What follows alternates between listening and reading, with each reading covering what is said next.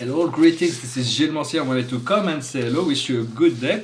For there's going to be a lot of change. I'm going to continue. I'm trying to offer here messages that are different in content, but still interesting in terms of in relationship to those interdimensional ideas. For what we want to do is plant the seeds of change. We want to change how we're willing to change, for we can't expect the world to change if we're not us willing to change. So we have to trust and change before we can plant those seeds. The soil has to be cleared. We have to clear the ground, and then we plant the seed, and then we have to nourish the seed all the way till the time where the fruits, the plants have grown, and the plants grow naturally. So we can trust once the seed is planted. If your intention is good, you're planting good seeds all the time, and then those are seeds of wisdom that will grow if you trust, if you open your heart. For it is important to keep an open heart and being grounded like trees. And understanding also when we have emotions that are delicate to handle is which chakra do they come from. Usually emotions come from the base and come up, but where the chakra, once we identify where they are, once we identify why they come, then they lose their negative power, and we are able to understand what's behind it and realign ourselves to something more easier, that is more grounded. We want the me to sit back and the we to take the front seat, the we being our soul, our spirit, our guides, our I am presence. For that is really to trust that this collective of beingness that we are can actually handle the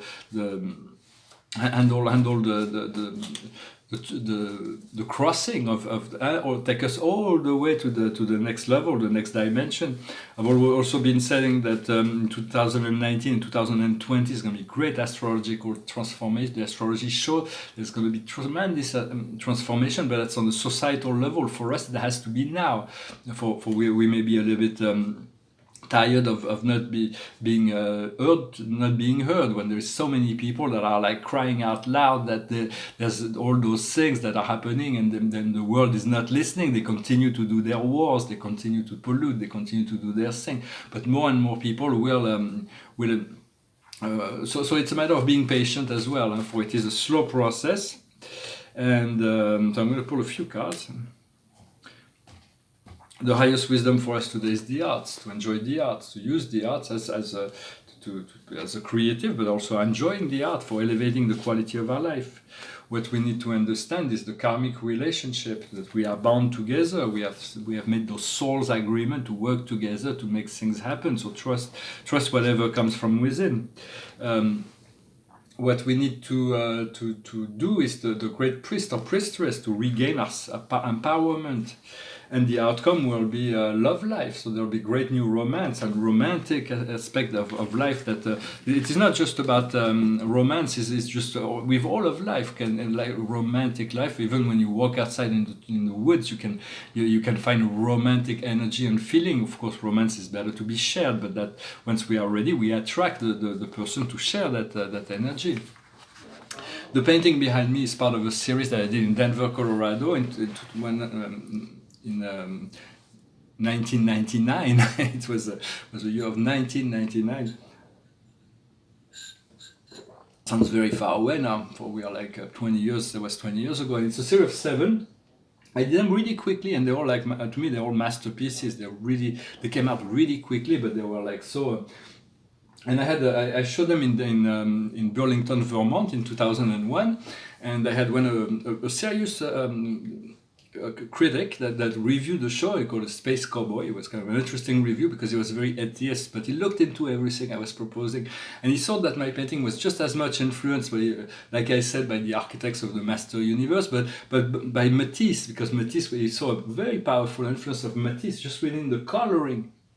And the way I use colors, although my colors have been changing, changed a lot since I moved to France, and my whole palette have changed. I'm going to soon return to classical subject, nudes, portraits, landscapes. Is something that I'm interested in doing. And if I have a chance to reopen a gallery, for I had already 2 galleries in my life, I will definitely seek to implicate. First, I'm going to take care of myself, but I'm also going to implicate also artists that are aligned with this Renaissance, the sacred art movement, something that brings idea beyond the form, because that are unique in style, that cannot be mistaken by somebody else, that have a unique style and that a good taste. For I see a lot of things in the contemporary. I follow the auction houses and all those all the art markets, and I see a lot of things in contemporary that are either bad taste or that very poor in spirit, but they're very, very expensive because a lot of people have invested a lot of money and they want to keep the price going up of their investment. But when you see the price of contemporary art, it's not a criticism for it. There's good things in contemporary art, but modern art and classical art are real bargains right now in relationship to those to a lot of things in contemporary art that are so expensive. The modern art is very cheap in relation to that, or even classical art is very inexpensive in relation to those contemporary artists. That means that with a little bit of marketing, I will be able to find a place for my own art very quickly as well. So there is hope. But for a long time, spiritual art, anything that had symbols was really taboo. It was to be rejected. Everybody told me, do not even go there. It's like completely nonsense. But I couldn't help it. It's my nature, and it's maybe what I have to bring is this renaissance within the art, to be a catalyst to bring this renaissance. And the best example is I had a friend, I will not name him because I don't like to drop a famous name. He was at the board of director of the Museum of Modern Art. Well, he was more like acquaintance. I was like connected to him, and when they invite me, I was living in New York. He invited me to a lunch at the museum restaurants, and we were discussing, and I showed him my art, and he said, "Well, I love it. It's great." But like he said, he had no power to give me a show at the MoMA because spiritual art was completely a nonsense. And he explained to me that even for him, 10 years prior to that, now he was doing like different kind of painting. He was also painting, and he was the editor of a major magazine as well. And but he said that 10 years before he was to have a show in a major New York galleries that I will not name also, but and they were like they made all the promotion, and at the time of hanging the show they asked him the titles, and he explained to them that was the Christ that was going to the cross. And they canceled the show, they put something else. They were terrified by the idea of implicating any form of spiritual content within an exhibition. For that was, at the time this meeting happened, it was in the 1980s, so that was in the 1970s, so things have changed since then, and now we're moving into a period where this will be accepted as more symbolic ideas, cosmic ideas that galleries and museums are beginning to show. I can see it on Instagram, for instance, so there is great hope for me yet that I will be able to. And also, my work is very unique. I think there is no one and nothing in the whole art history that ever approached those kind of subjects, and those subjects will become more and more interesting as the spiritual consciousness of humanity evolve. And so it is not to blow my own horn, but I do think that there is great value, even though I haven't been able to find a clientele, international clientele. It can happen like that overnight in many sense for me, because I have accumulated so much art as well.